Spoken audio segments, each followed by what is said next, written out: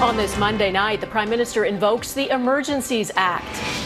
This is not a peaceful protest. The federal government is ready to use more tools at its disposal to get the situation fully under control. The new powers the government now has to end the protests, how it vows to go after the money, and the warning to truckers involved. Arrests and weapon seizures in Alberta. 13 guns, handguns, multiple sets of body armour. We're investigating conspiracy to attempt to commit murder. The cache of weapons and what RCMP call the militant mindset of some protesters. Also tonight, concerns deepen about what Russia is planning in Ukraine. Ukraine's president addresses the nation. And remembering a homegrown Hollywood hitmaker. Not only the world's most authority on Ghostbusters, but also one of the great storytellers of our time. The heartfelt tributes for Ivan Reitman, whose movies defined a generation. Global National with Donna Friesen. Good evening and thanks for joining us. Prime Minister Justin Trudeau and his cabinet have invoked the Federal Emergencies Act, which gives the government new powers to try to end the protests that have blocked border crossings and occupied downtown Ottawa for weeks. The Emergencies Act will be used to strengthen and support law enforcement agencies at all levels across the country. This is about keeping Canadians safe, protecting people's jobs, and restoring confidence in our institutions. At the same time, the RCMP in Alberta say they became aware of what they call a military mindset among a small segment of the protesters near the Coutts border crossing. RCMP moved in last night and have now made 13 arrests after receiving information about what they call a cache of firearms with a large amount of ammunition. They released this photo of what they say was seized: long guns, handguns, and high-capacity magazines. A number of different acts has created a situation where we're investigating conspiracy to attempt to commit murder.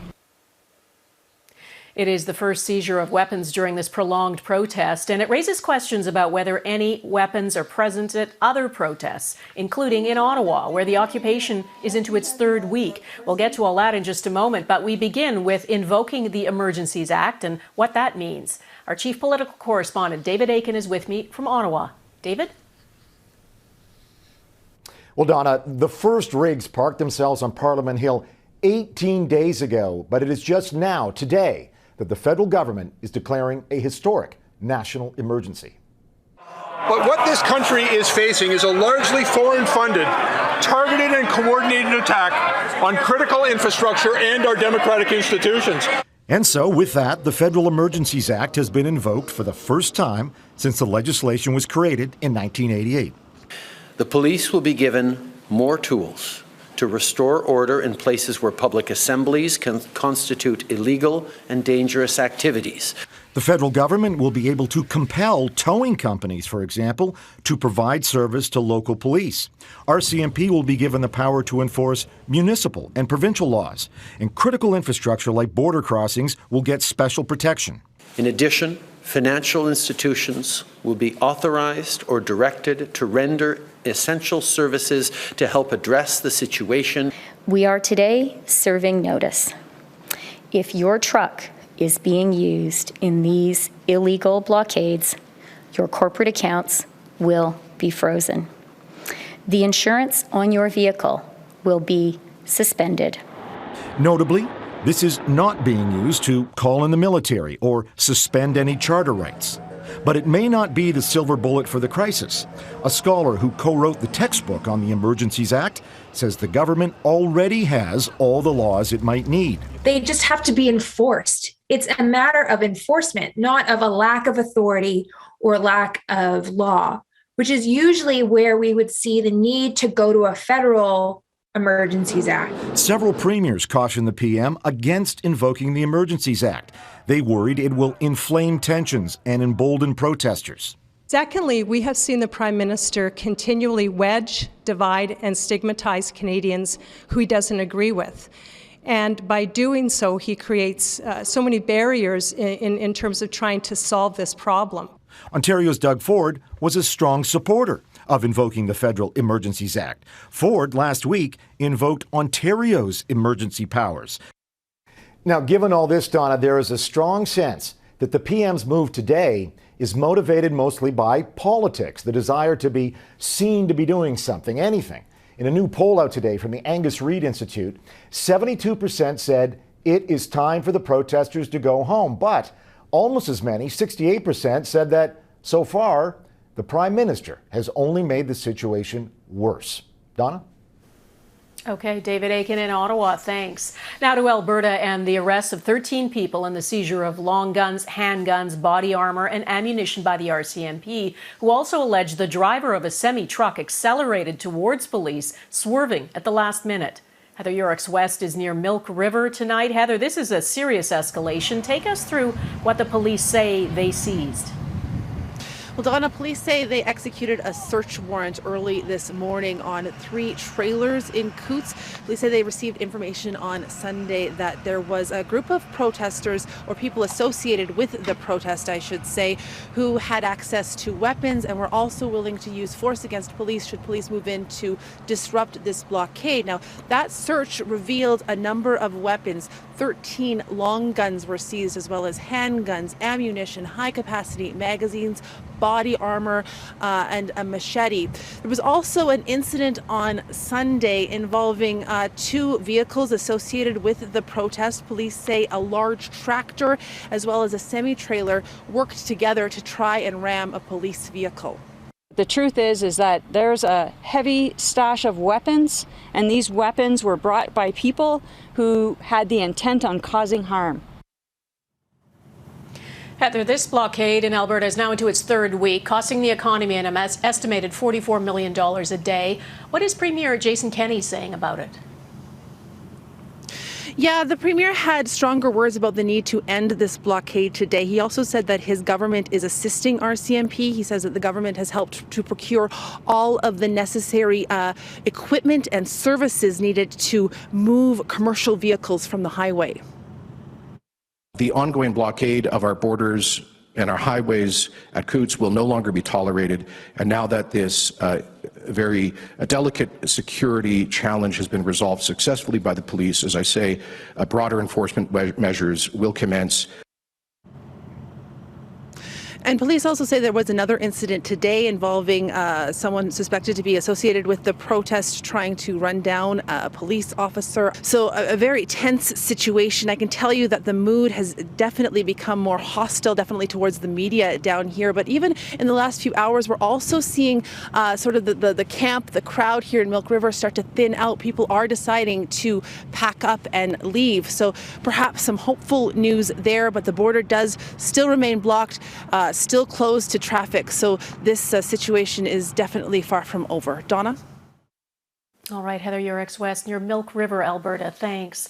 The longest and the most entrenched protest is in the nation's capital. Today, some trucks did move, not away from Parliament Hill, though, but closer to it. Abigail Bimman reports. The bells toll noon. Nothing changes here on Kent Street. Noon. Ottawa Mayor's deadline to see clear evidence of trucks moving out of residential zones after announcing a deal with convoy organizers. Nothing's changed. The mandates are still here, so I'm not going.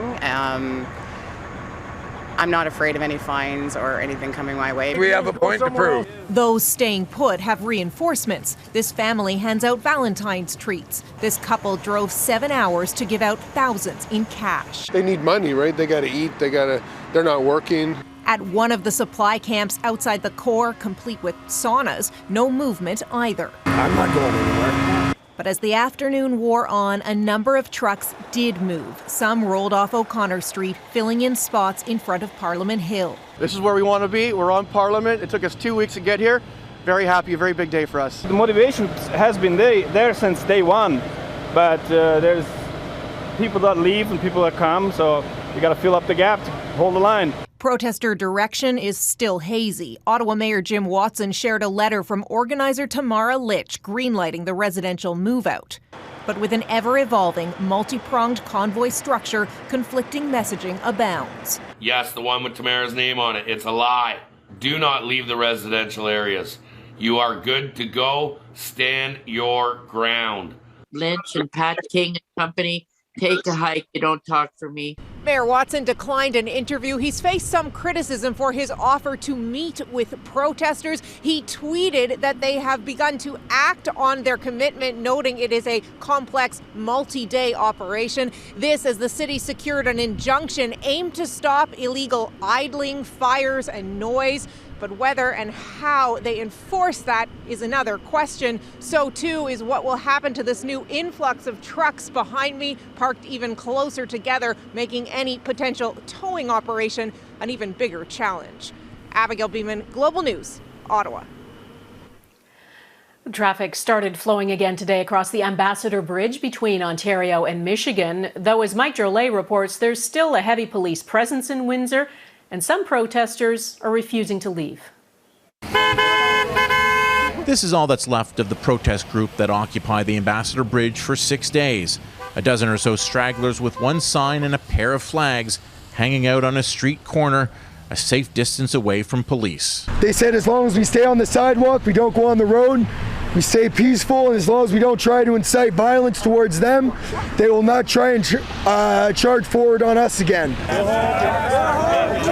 When it became apparent protesters weren't going to leave on their own, police moved in early Sunday morning, arresting over 24, impounding cars and clearing the roads leading to the bridge. By Monday, traffic was light but flowing, with police controlling every intersection between the 401 highway and the bridge. It's an expensive operation, which Windsor's mayor says is essential to prevent protesters from reoccupying the bridge. Well, I'll never say never. Obviously, this has been a very fluid and dynamic situation, but I can tell you we have strong supports on the ground. We've done everything we can in the short term to help control this from happening again. The economic hit in lost trade for the province is estimated to be about $3 billion.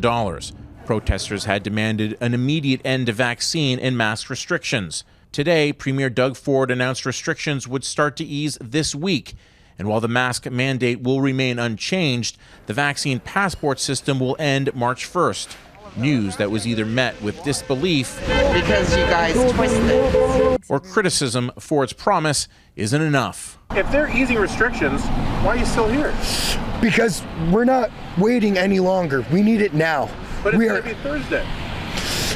But the passports will not be lifted. March 1st. March 1st, yes, but not now. So until they get exactly what they want, they're going to hold their ground, and they're going to keep an eye on police, and police are going to keep an eye on them. And once again, the mayor, Drew Dilkins, has said he's willing to go to any lengths to make sure this bridge stays open. Donna? Mike Drolet in Windsor, Ontario tonight. Thanks. Rising fears over Russia's intentions. Coming up, what Ukraine's president said in an address to the nation.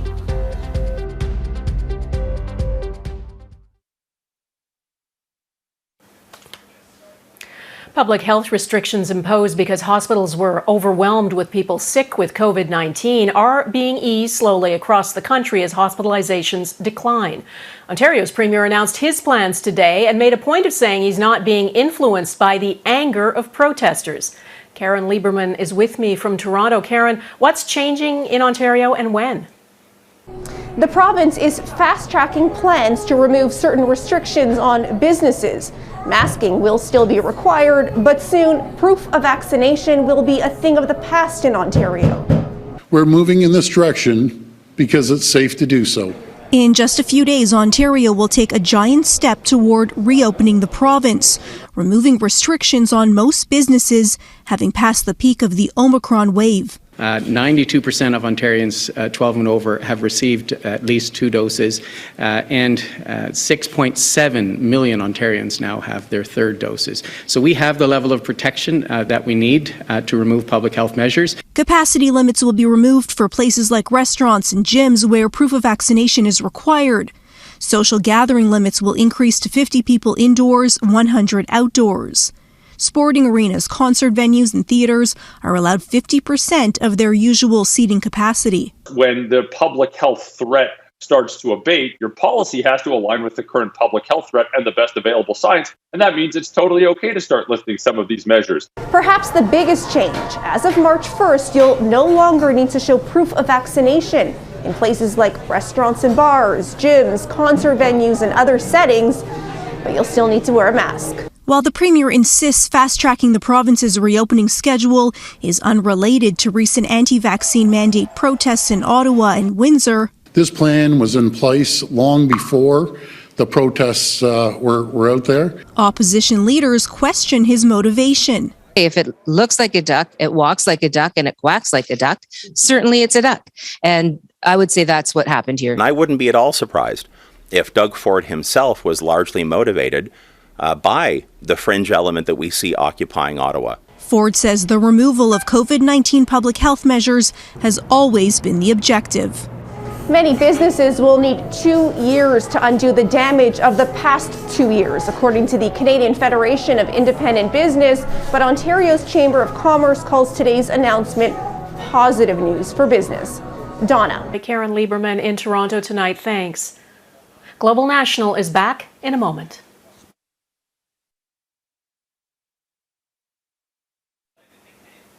Canada says it will provide a $500 million loan to Ukraine over and above the $120 million loan previously announced. Ukraine's president made headlines today after an address to the nation. He said he'd been told a Russian attack on Ukraine would begin February 16th. A senior official later clarified he was not being literal, he was being ironic. That has not calmed the situation, though, because no one can predict Vladimir Putin's next move. Jackson Prosco reports. The war drums keep beating louder as Russia continues its relentless buildup surrounding Ukraine on 3 sides. He continues to do the things that you would expect one to do if one was planning on a major military action. Monday, Ukraine's president defiantly seized on the claims made by Western intelligence about an impending invasion. We are told February 16th will be the date of attack, said Vladimir Zelensky, as he called for solidarity. We will make that a day of national unity. Sitting with Vladimir Putin in Moscow, Russia's foreign minister insisted diplomatic options are far from exhausted. Nervous European allies still share the view that a Russian attack could come at any moment. Canada is withdrawing its military trainers from Ukraine. The U.S. is closing its embassy in Kyiv, moving the few remaining diplomats to near the border with Poland. President Putin may well decide to order an invasion and now has the ability to do so in short order. In Kyiv, local analysts remain hopeful Putin may not go all in. The access to Kiev doesn't look like to be a realistic scenario without a great losses from Russian side. NATO insists there is still a path to peace, though it's looking narrower by the day. The best way for Russia to demonstrate its readiness to find a peaceful solution is to de-escalate and remove their forces which are now threatening Ukraine. All the while, Ukraine's future relationship with the West hangs in the balance. President Zelensky now suggests NATO membership may only be a dream for his country. A message perhaps meant to appease the Russian forces amassing at his border. Jackson Prosco, Global News, Washington.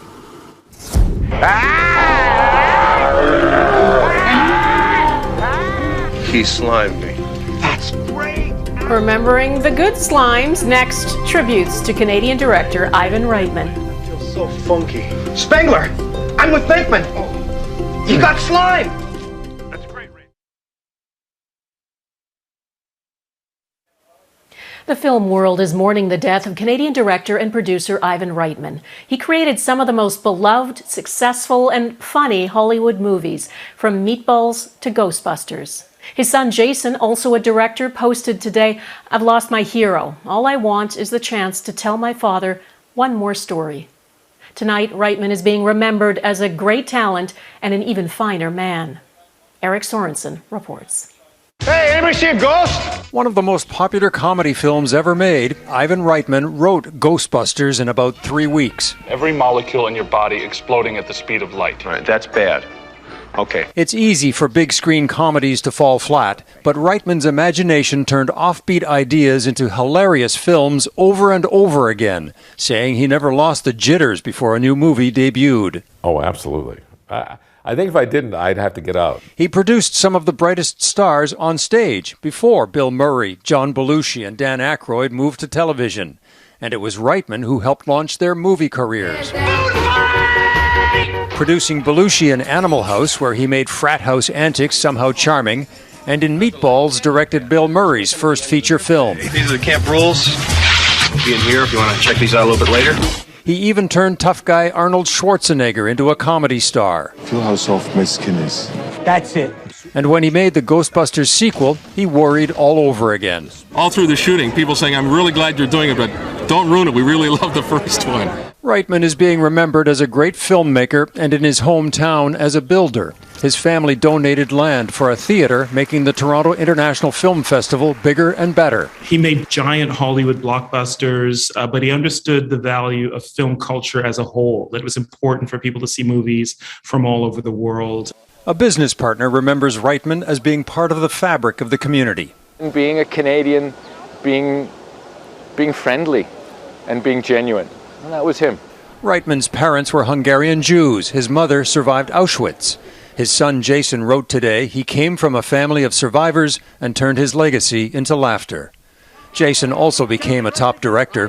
Father and son collaborated, including on one last installment of Ghostbusters. Not only the world's most, authority on Ghostbusters, but also one of the great storytellers of our time. Daughter Catherine, too, is a comedian and creator. Ivan Reitman was in the world of movies, but didn't get caught up in the fashion and glamour of it. It's frankly easier for guys. You get a decent suit, a good shirt, and you're done. Reitman laughed easily and smiled always, it seemed, fitting for a man who made so many people laugh and smile. And that is Global National for this Monday. I'm Donna Friesen. Tonight's Your Canada is Quebec City. There are beautiful spots all over this country. Please email yours to viewers@globalnational.com. Thanks for watching. Hope to see you here again tomorrow. Take care of yourselves. Bye-bye.